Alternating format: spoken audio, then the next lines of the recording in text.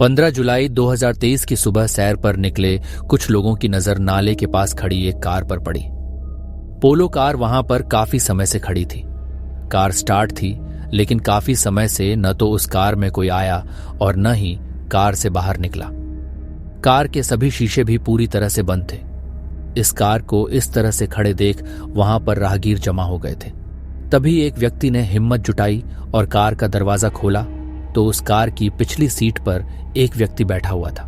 लेकिन कार का दरवाजा खुलने के बाद भी उस व्यक्ति ने किसी तरह की प्रतिक्रिया नहीं की, जिससे लोगों का शक हुआ।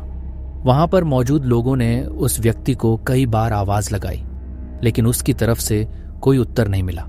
तब तक वहां पर काफी भीड़ इकट्ठी हो गई थी। उसी भीड़ में मौजूद एक व्यक्ति ने उसे पहचानते हुए बताया कि वह रामबाग कॉलोनी रामपुर रोड हल्द्वानी का होटल मालिक अंकित चौहान पुत्र धर्मपाल चौहान है।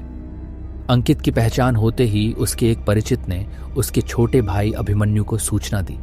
साथ ही वहां पर मौजूद लोगों ने हल्द्वानी कोतवाली में फोन कर इसकी सूचना दे दी थी। अंकित के इस हालत में मिलने की सूचना पाते ही उसका छोटा भाई अभिमन्यु और कोतवाल हरेंद्र चौधरी पुलिस टीम के साथ मौके पर पहुंच गए थे। पुलिस ने कार खोलकर स्थिति का जायजा लिया। पुलिस ने अंकित चौहान को आवाज देते हुए हिलाया तो वह सीट पर ही लुढ़क गया। उसकी नाक के पास हाथ लगाकर सांस चेक की तो उसकी सांस नहीं चल रही थी। पुलिस की मदद से भाई अभिमन्यु अंकित को लेकर सीधा सुशीला तिवारी अस्पताल गया, जहां पर उसे देखते ही डॉक्टरों ने मृत घोषित कर दिया। उसके बाद अंकित के शव को मोर्चरी ले जाया गया, जहां पर उसकी मौत की खबर सुनकर परिचितों के साथ साथ सगे संबंधियों की भीड़ लग गई। अंकित के पापा की कई साल पहले किसी बीमारी के चलते मौत हो गई थी। घर में मां उषा देवी के अलावा भाई बहन रहते थे।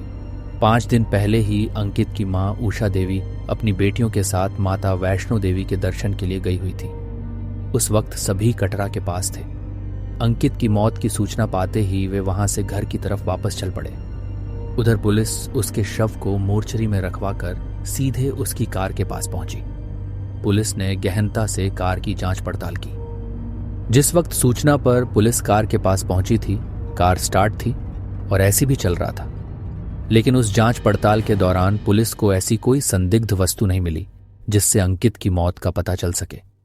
जांच के दौरान पुलिस को कार से 33,000 रुपए नकद और एक मोबाइल फोन भी मिला था।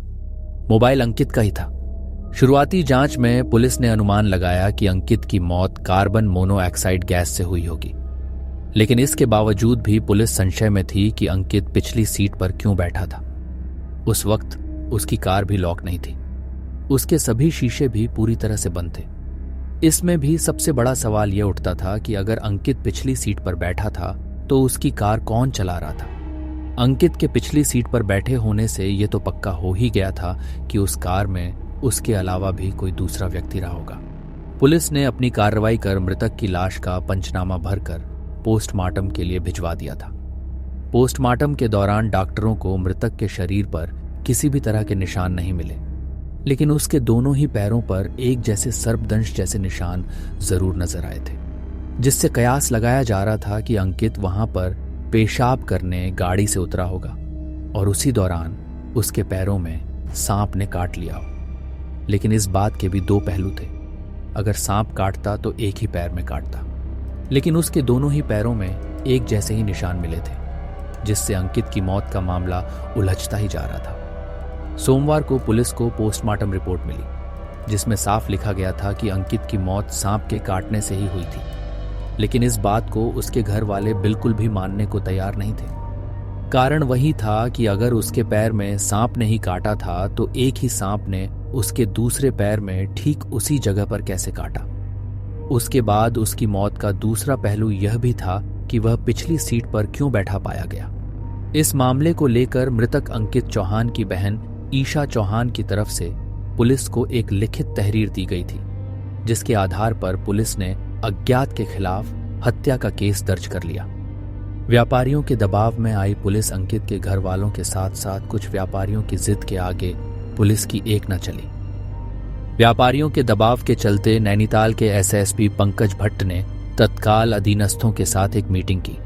उसके बाद पोस्टमार्टम करने वाले डॉक्टरों से मृत्यु के कारणों के संबंध में चर्चा करने के बाद पुलिस अन्य पहलुओं को लेकर फिर से उसकी जांच में जुट गई। केस के खुलासे के लिए एसएसपी पंकज भट्ट ने एक पुलिस टीम का गठन किया। टीम में कोतवाल हरेंद्र चौधरी, एसएसआई विजय मेहता, महेंद्र प्रसाद, मंगल पड़ाव चौकी प्रभारी जगदीप नेगी, एसआई कुमकुम धानिक, मंडी चौकी प्रभारी गुलाब काम्बोज, इसरार नबी, घनश्याम रौतेला, चंदन नेगी, अरुण राठौर, बंशीधर जोशी, छाया, एसओजी प्रभारी राजवीर नेगी, कुंदन कठावत, त्रिलोक रौतेला, दिनेश नागर, अनिल गिरी, भानु प्रताप वशोक को शामिल किया।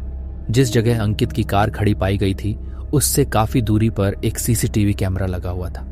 पुलिस ने उसकी फुटेज निकालकर चेक की तो रात के 12 बजे के समय घटनास्थल पर एक कार की लाइट दिखाई दी थी, जिसके कुछ समय बाद ही कार की लाइट बंद हो गई थी।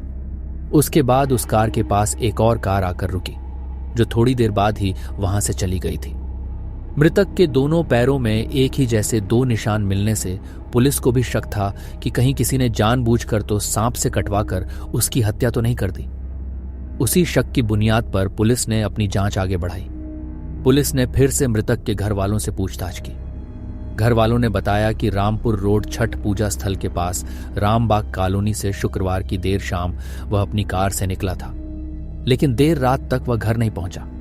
घर वालों ने उसका देर रात तक इंतजार किया। अंकित कई बार होटल में ही सो जाता था, जिसके कारण उन्हें उसकी कोई चिंता नहीं थी। उसके साथ उस रात क्या हुआ पता नहीं। ये सब जानकारी जुटाने के बाद पुलिस के पास एक ही रास्ता बचा था।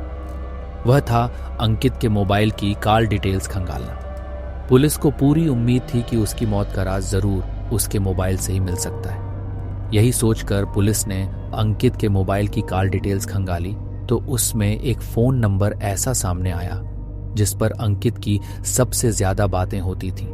वह नंबर था हल्द्वानी के बरेली रोड गोरा पड़ाव क्षेत्र में रहने वाली माही आर्या उर्फ डॉली का, लेकिन वह उस वक्त बंद आ रहा था। उसके बाद पुलिस ने माही के फेसबुक और इंस्टाग्राम पर सर्च किया तो सभी अकाउंट बंद मिले। इस केस की तह तक जाने के लिए पुलिस को एक छोटा सा क्लू मिला तो पुलिस ने माही के मोबाइल की भी कॉल डिटेल्स निकलवाई, जिससे जानकारी मिली कि कई दिन से उसकी लगातार 2 मोबाइल नंबरों पर बातें हो रही थीं।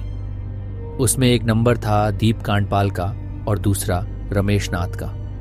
इन नंबरों के मिलते ही पुलिस ने इनको डायल किया तो ये दोनों नंबर भी बंद पाए गए। कॉल डिटेल्स से मिली सफलता इन दोनों नंबरों के बंद आने से पुलिस को एक आशा की किरण दिखाई दी। पुलिस को लगा कि जरूर अंकित की मौत का राज इन्हीं 2 फोन नंबरों में छिपा हुआ है। इस तरह से कड़ी जोड़ते हुए पुलिस ने दीप कांडपाल की कॉल डिटेल्स खंगाली तो उसमें भी एक ऐसा नंबर मिला जिस पर वह हर रोज बातें करता था। पुलिस उसी नंबर पर कॉल कर किसी तरह से उसके पास पहुंचने में कामयाब हो गई। उस युवक ने बताया कि वह दीप कांडपाल के साथ मिलकर शराब का कारोबार करता है। दीप कांडपाल दिल्ली, हरियाणा से शराब लाकर हल्द्वानी और उसके आसपास के क्षेत्र में सप्लाई करता है। पुलिस ने उस युवक को अपनी गिरफ्त में लेकर पूछताछ की तो उसने बताया कि माही आर्या अंकित चौहान की गर्लफ्रेंड है। वह हर रोज रात में उसी से मिलने जाता था। हर रात वह उसी के साथ खाता पीता था। शराब पीने के बाद वह गाली गलौज भी करता था, जिससे माही आर्या तंग आ गई थी। उसके बाद से ही दोनों के संबंधों में खटास आने लगी थी। पुलिस ने रमेश नाथ, दीप कांडपाल और माही के फोन नंबरों को पहले ही सर्विलांस पर लगा रखा था।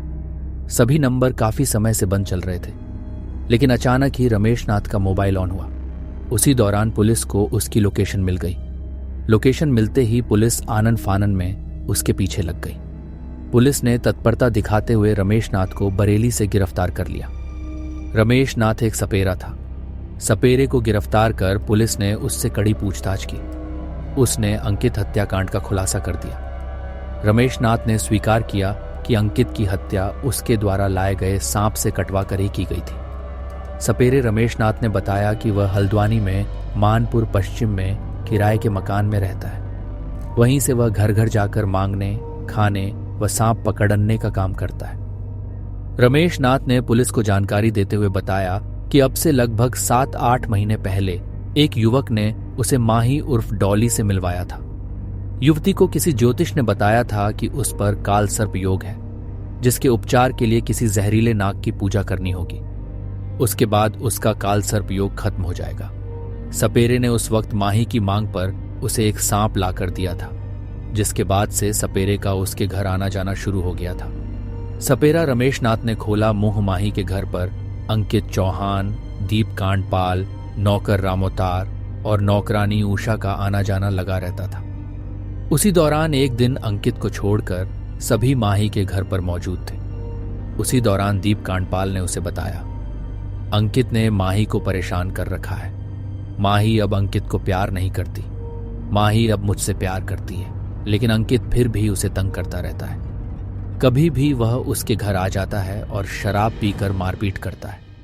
उसने इसका जीना हराम कर रखा है। माही की परेशानी को देखकर मुझे गुस्सा भी आ जाता है। मन करता है कि उसका खेल खत्म ही कर दूं, लेकिन पुलिस हम पर शक करके तुरंत ही गिरफ्तार कर लेगी। इसलिए हम चाहते हैं कि तुम हमें एक जहरीला सांप लाकर दे दो, जिससे कटवाकर हम उसकी हत्या कर सकें, जिससे लोगों को लगे कि सांप के काटने से अंकित की मौत हो गई। इस काम के बदले माही ने उसे नौकर रामोतार व नौकरानी उषा को 10-10 हजार रुपए भी दिए। ये जानकारी मिलते ही पुलिस ने माही के नौकर और उसकी नौकरानी की तरफ ध्यान दौड़ाया। पुलिस दिन रात एक करके नौकर रामोतार के पीछे पड़ी तो उसका कनेक्शन पीलीभीत से जुड़ा हुआ मिला। पुलिस जैसे तैसे करके रामोतार के घर पहुंची तो पता चला कि वह नेपाल भाग गया है। इस जानकारी के मिलते ही पुलिस टीम नेपाल पहुंची। नेपाल पहुंचते ही पुलिस ने वहां के तमाम होटल और कैसीनो भी छान मारे, लेकिन कहीं भी रामावतार का पता नहीं चल सका। उसके बाद नेपाल की सीमा पर भी निगरानी रखी, लेकिन कहीं भी कोई सफलता नहीं मिली। उसके बाद पुलिस टीम ने इन चारों की तलाश में दिल्ली व पीलीभीत में डेरा डाल दिया। साथ ही पुलिस ने माही समेत चारों पर 25-25 हजार का इनाम भी घोषित कर दिया था। आरोपियों तक पहुंचने के लिए पुलिस ने पहले ही मुखबिरों को लगा रखा था। उसी दौरान 23 जुलाई 2023 को पुलिस को एक मुखबिर से सूचना मिली कि दीप कांडपाल और उसकी प्रेमिका माही आर्या पुलिस की पकड़ से बचने के लिए रुद्रपुर की कोर्ट में सरेंडर करने जा रहे हैं। ये जानकारी मिलते ही पुलिस और एसओजी की टीम ने घेराबंदी कर दोनों को कोर्ट में पेश होने से पहले ही गिरफ्तार कर लिया। दोनों को गिरफ्तार कर पुलिस टीम उन्हें हल्द्वानी कोतवाली ले आई। कोतवाली लाते ही माही आर्या ने सहज ही अपना जुर्म कबूल कर लिया। उसने स्वीकार किया कि उसने ही सपेरे से सांप मंगाकर अंकित को कटवाया था, जिसके कारण ही उसकी मौत हुई थी। पुलिस के सामने उसने अपनी जिंदगी की जो फाइल खोल कर रखी, उससे इश्क, सेक्स, धोखा और कत्ल की लंबी कहानी उभर कर सामने आई। स्कूल टाइम में ही बहक गई थी माही। नैनीताल जिले के हल्द्वानी शहर से रामपुर रोड पर लगभग 3 किलोमीटर दूर एक गांव पड़ता है, प्रेमपुर लोशियाणी। माही आर्या उर्फ डॉली का जन्म इसी गांव के एक साधारण परिवार में हुआ था। भले ही माही आर्या ने एक साधारण परिवार में जन्म लिया था, लेकिन जितनी देखने भालने में वह खूबसूरत थी, उससे कहीं ज्यादा महत्वाकांक्षी भी थी। गरीबी में जन्म लेने के बाद उसका पालन पोषण भी आर्थिक तंगी में ही हुआ, लेकिन उसकी खूबसूरती ने गरीबी के आगे भी हार नहीं मानी थी। जैसे जैसे उसने जवानी की दहलीज पर कदम रखा, उसकी सुंदरता में और भी निखार आता गया, जिसके कारण वह आस पड़ोसियों की भी चहेती बनी हुई थी।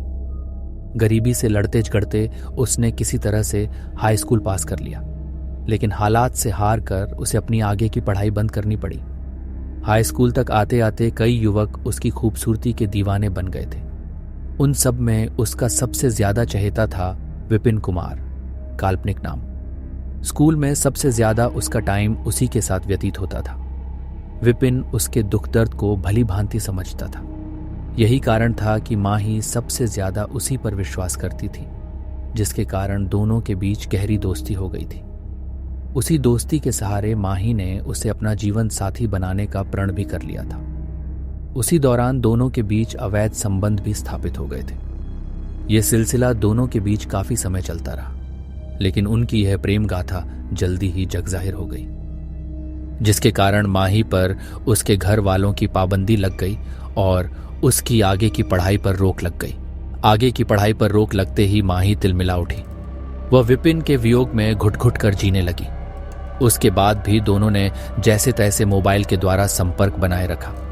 अपने घर वालों की पाबंदी से तंग आकर माही ने विपिन पर घर से भागने का दबाव बनाया तो उसने ऐसा करने से साफ मना कर दिया। विपिन ने अपने घर वालों से माही के साथ शादी करने की बात रखी तो उन्होंने उसे अपनाने से साफ मना कर दिया। ये बात सुनते ही माही को जिंदगी का सबसे बड़ा झटका लगा। जब उसके घर वालों को पता चला कि वह अभी भी विपिन की पीछे पड़ी हुई है तो उन्होंने उसे घर से निकाल दिया। ये 2008 की बात है। माही के साथ हुआ गैंगरेप, उसके बाद वह जिंदगी और मौत से संघर्ष करते हुए इधर उधर भटकने लगी। उस वक्त उसकी खूबसूरती ही उसके लिए अभिशाप बन गई थी। घर वालों ने ठुकराया तो वह हल्द्वानी आ गई। हल्द्वानी आते ही उसके साथ गैंगरेप की घटना घटी, जिससे आहत होकर उसने अधिक मात्रा में नींद की गोलियां खा ली। उसकी हालत बिगड़ गई, लेकिन जैसे ही उसे होश आया तो उसने अपने को एक बूढ़ी औरत के घर में पाया। उसके ठीक होने तक उस बूढ़ी औरत ने उसकी खूब सेवा की। बूढ़ी औरत की तरफ से सहानुभूति मिलते ही वह उसी के पास रहने लगी। लेकिन कुछ ही दिन बाद उसे पता चला कि वह उस औरत के पास आने के बाद एक दलदल में फंसकर रह गई। हालांकि वह औरत बड़े लोगों के यहाँ पर काम करके अपनी गुजर बसर करती थी, लेकिन उसके कुछ ऐसी औरतों से भी संबंध थे जो जिस्म फरोशी के धंधे से जुड़ी थीं। माही ने जिंदगी से हार मानने हुए उन्हीं औरतों के साथ काम करना शुरू कर दिया। जहां पर रहकर माही की आर्थिक स्थिति सुधरी तो उसे पैसे का लालच आने लगा। उसी धंधे के सहारे वह कुछ ही दिनों में पैसों में खेलने लगी और जल्दी ही उसने शहर के बड़े बड़े लोगों के साथ मजबूत संबंध बना लिए थे। उसी दौरान उस पर शहर के एक नामी गिरामी कांग्रेस नेता की कृपा बरसी और वह मकान मालिक बन बैठी। उस कांग्रेसी नेता ने उससे खुश होकर हल्द्वानी के गोरा पड़ाव में उसका मकान ही बनवा दिया था। मकान बनते ही माही उस घर में अकेली ही ठाट बाट से रहने लगी थी। यही नहीं, उसने अपने घर के कामकाज के लिए एक नौकरानी और नौकर भी रख लिया था। काल गर्ल माही के ठाट बाट और रहन सहन से हल्द्वानी के पूर्व सभासद का बेटा भी उसके संपर्क में आया। वह माही की सुंदरता पर रीझ गया और उसने उसके साथ दोस्ती करने के बाद उससे शादी भी कर ली थी। सभासद के बेटे के साथ शादी करने के बाद वह कुछ दिन अपनी ससुराल में रही, लेकिन शादी के बाद भी उसकी पुरानी हरकतें छूटने को तैयार नहीं थी, जिससे उसके ससुराल वाले बुरी तरह से तंग आ चुके थे। यही कारण रहा कि कुछ ही दिनों में उसे शादी जैसा बंधन अखरने लगा। उसके बाद वह ट्रांसपोर्ट नगर स्थित अपनी ससुराल छोड़कर गोरा पड़ाव में अपने घर आकर रहने लगी थी। जिस्म परोस कर कमाने लगी पैसे अपनी ऊंची ख्वाहिशों के कारण माही समाज में अकेली ही रह गई थी। उसने अपने जिस्म को बेचकर इतना पैसा कमा लिया था कि वह ऐशो आराम की जिंदगी जी रही थी। एक बार वह जिस्म फरोशी के धंधे में उतरी तो उसने पीछे मुड़कर नहीं देखा। अपने जिस्म के बूते पर उसने जो चाहा उसे हासिल कर लिया। उसी वक्त उसने एक कार खरीदने का मन बनाया। कार खरीदने का मन बनाते ही उसने पुरानी कार की तलाश शुरू कर दी थी। अंकित चौहान पुरानी कार खरीदने बेचने का काम करता था। वह कार खरीदने के लिए उससे मिली। माही की खूबसूरती देखते ही अंकित चौहान भी उसका दीवाना हो गया। उसी बहाने से अंकित चौहान ने उसका मोबाइल नंबर भी ले लिया था। फिर दोनों में जल्दी ही दोस्ती भी हो गई। धीरे धीरे दोनों की नजदीकियां बढ़ी तो वह भी उसके घरेलू कामों में उसकी सहायता करने लगा था। अंकित हर रोज रात को माही के पास जाता था, वहीं पर रात का खाना खाता और उसके साथ ही रात रंगीन करता था। माही को पता था कि अंकित बहुत बड़ी प्रॉपर्टी का मालिक है, उसके पास उसका अपना होटल भी है। यही सोचकर उसने उसके साथ शादी करने का मन बनाया। उसने कई बार उससे शादी करने वाली बात भी कही, लेकिन उसने एक कान से सुनकर दूसरे कान से बाहर निकाल दिया, जिससे माही को लगने लगा था कि वह केवल उसकी देह का ही दीवाना है। उसी दौरान माही को जानकारी मिली कि वह उसके साथ साथ किसी अन्य युवती से भी प्यार करता है। यह जानकारी मिलते ही माही परेशान हो उठी। फिर माही ने उससे पूरी तरह से पीछा छुड़ाने का मन बना लिया था, लेकिन इसके बावजूद अंकित उस पर अपना ही अधिकार जमाता था। हर रात उसी के साथ खाता पीता और फिर उसे मारने पीटने भी लगा था। अंकित के व्यवहार से वह समझ गई कि वह उससे किसी भी कीमत पर शादी करने वाला नहीं, वह केवल उसके शरीर का ही उपयोग कर रहा है। उसके बाद धीरे धीरे उसके मन में अंकित के प्रति नफरत पैदा हो गई थी। दीप कांडपाल बना नया प्रेमी साल 2016 में उसकी मुलाकात मोटा हल्दू निवासी दीप कांडपाल से हुई। दीप कांडपाल शराब बेचने का अवैध धंधा करता था। उसके साथ ही वह प्रॉपर्टी खरीदने बेचने का काम भी करता था। उसके पास काफी रुपया पैसा था। दीप कांडपाल भी उसकी खूबसूरती पर इस कदर लट्टू हुआ कि उसे देखते ही पहली मुलाकात में उससे दोस्ती कर ली। दीप कांडपाल से दोस्ती होते ही माही ने अंकित की अनदेखी करना शुरू कर दिया था। माही के लिए मर्द बदलना कपड़े बदलने के बराबर हो चुका था। कुछ ही दिनों में उसने दीप कांडपाल के साथ भी संबंध बना लिए। वह भी उसके घर आने जाने लगा था। यही नहीं, दीप कांडपाल ने उसे प्रॉपर्टी डीलिंग के काम में अपने साथ रख लिया था। माही ने पहले से ही अपने घर के काम के लिए उषा, उसके पति रामोतार को रख रखा था। उषा ही माही के घर के कामकाज करने के साथ ही उसका खाना भी बनाती थी। माही के घर के सामने ही एक खाली प्लॉट पड़ा हुआ था। उषा ने वहीं पर एक झोपड़ी डालकर अपना बसेरा बना लिया था। अंकित उषा से बुरी तरह से चिढ़ता था। उसका भी एक कारण था कि उषा हर वक्त उसी के घर पर पड़ी रहती थी। अंकित की मारपीट से बचने के लिए वह कभी कभी खाना भी वहीं पर खाती थी, जिसके कारण वह उषा देवी और उसके पति को अपनी अय्याशी में बाधा मानता था। जबकि उससे तंग आकर दीपू कांडपाल, रामोतार व उसकी पत्नी उषा से उसकी घनिष्ठता बढ़ गई थी। अंकित से परेशान एक दिन माही ने किसी ज्योतिष को अपना हाथ दिखाया। तब उस ज्योतिष ने माही का हाथ देखते हुए बताया कि उस पर काल सर्प दोष चल रहा है। उससे छुटकारा पाने के लिए उसे काल सर्प दोष की पूजा करानी होगी। उसके लिए एक जहरीले नाग की जरूरत होगी। अब से लगभग 8 महीने पहले माही की मुलाकात सपेरे रमेश नाथ से हुई। रमेश नाथ गली गली घूमकर अपनी रोजी रोटी चलाता था। रमेश नाथ से मिलकर उसने उससे एक जहरीला सांप लाने को कहा। रमेश नाथ जंगल से एक सांप पकड़कर लाया। उसके बाद माही ने अपने घर में काल सर्प दोष की पूजा कराई, जिसके बाद उसने रमेश नाथ को अपना गुरु मान लिया था। रमेश नाथ तभी से बराबर उसके संपर्क में बना हुआ था। उसी आने जाने के दौरान माही ने सपेरे रमेश नाथ के साथ भी अवैध संबंध बना लिए थे। वहीं पर रमेश नाथ की मुलाकात दीप कांडपाल, उषा और उसके पति रामोतार से हुई। अंकित नहीं छोड़ रहा था माही का पीछा। हालांकि माही ने अंकित से बात करना बिल्कुल ही बंद कर दिया था, इसके बावजूद अंकित उसका पीछा छोड़ने को तैयार न था। अंकित से तंग आकर एक दिन माही स्कूटी से उसके घर के पास पहुंची और उससे कहा कि वह आज उसके घर वालों से उसकी शिकायत करने आई है। ये बात सुनते ही अंकित ने उसे उस वक्त तो समझा बुझा कर वापस भेज दिया, लेकिन कुछ ही दिनों में वह फिर से अपनी हरकतों पर आ गया। अंकित ने सोचा ये सब उसकी नौकरानी उषा ही करा रही है। अंकित ने उस पर शक किया। उसके बाद उसने खाली प्लॉट के मालिक से शिकायत कर कहा कि वह बंगालन है, वह आपके प्लॉट पर टोना टोटका भी करा सकती है। ये बात सुनते ही उस प्लॉट के मालिक ने अपने प्लॉट से उसकी झोपड़ी हटवा दी। इस मामले में दीप कांडपाल और अंकित में भी मनमुटाव हो गया था। झोपड़ी हटने के बाद उषा और उसका पति रामोतार माही के घर पर ही रहने लगे थे। इस सब से तंग आकर माही ने दीप कांडपाल के साथ मिलकर अंकित को मारने का प्लान बनाया। अंकित को मौत की नींद सुलाने की योजना बनते ही माही और दीप कांडपाल ने एक टीवी सीरियल देखना शुरू किया, जिससे उन्हें सहज ही अंकित को मौत देने का कोई उचित तरीका मिल सके। सीरियल देखकर उन्हें सबसे अच्छा तरीका सांप से कटवाकर मौत की नींद सुलाने का अच्छा लगा। उनके लिए सांप की व्यवस्था करने के लिए रमेश नाथ मौजूद था। माही ने तुरंत ही रमेश नाथ को फोन करके अपने घर बुला लिया। उसके बाद माही, दीप कांडपाल, उषा, रामोतार और रमेश नाथ सब एक हो गए।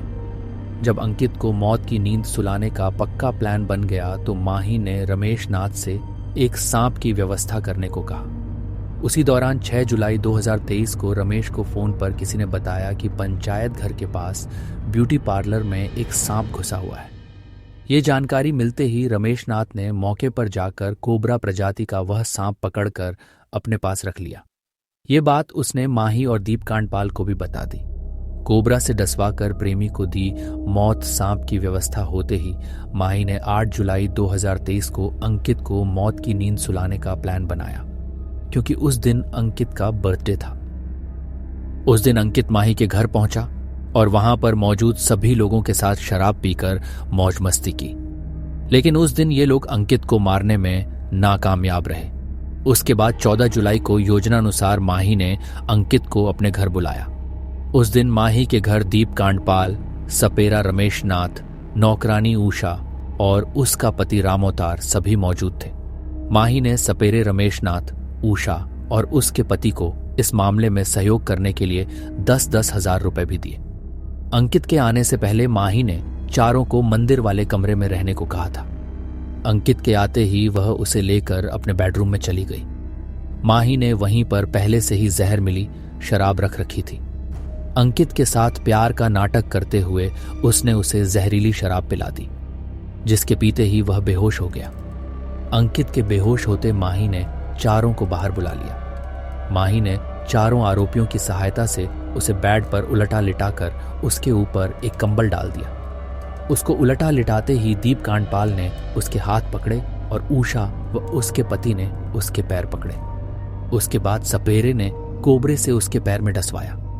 फिर सभी उसके खत्म होने का इंतजार करने लगे, लेकिन 10 मिनट गुजर जाने पर भी अंकित के शरीर में यूं ही हलचल होती रही, जिसके बाद फिर से दूसरे पैर में कोबरा से डसवा दिया ताकि वह जल्दी खत्म हो जाए। इसके कुछ देर बाद ही अंकित की मौत हो गई। लाश नहीं लगा सके ठिकाने अंकित की हत्या करने के बाद उसकी लाश को भुजिया घाट के पास फेंकने की योजना थी। अंकित की मौत हो जाने के बाद उसके शव को उसी की कार की पिछली सीट पर डाला। दीप कांडपाल कार चला रहा था। रमेश नाथ अगली सीट पर बैठा था। रात के 11 बजे दोनों कार में शव डालकर भुजिया घाट पहुंचे, लेकिन उस वक्त वहां पर कुछ कारें खड़ी थीं, जिसके कारण उन्हें वहां पर शव फेंकने का मौका नहीं मिला। इसकी जानकारी दीप कांडपाल ने माही को दी और फिर कार को लेकर 3 पानी रेलवे क्रॉसिंग के पास पहुंचे। माही ने पहले ही दिल्ली के लिए कार बुक कर रखी थी।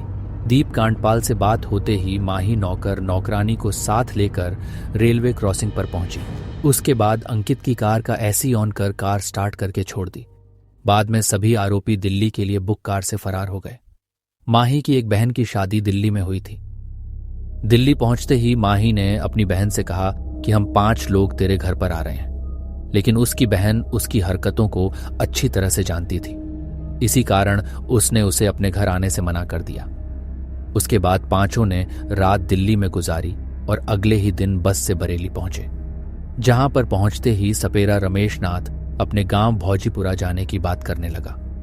रमेश के अलग होने से पहले ही माही ने उससे कहा था कि वह अपना मोबाइल बंद ही रखे, अन्यथा उसके कारण हम मुसीबत में भी फंस सकते हैं। बरेली से नौकरानी दीप कांडपाल और माही को साथ लेकर अपने घर चले गए।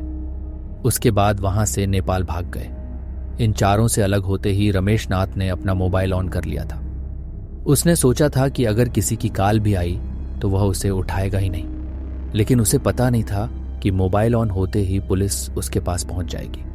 दुनिया में सबसे ज्यादा शातिर इंसान का दिमाग ही होता है, जिसको चाहे जैसे यूज करो।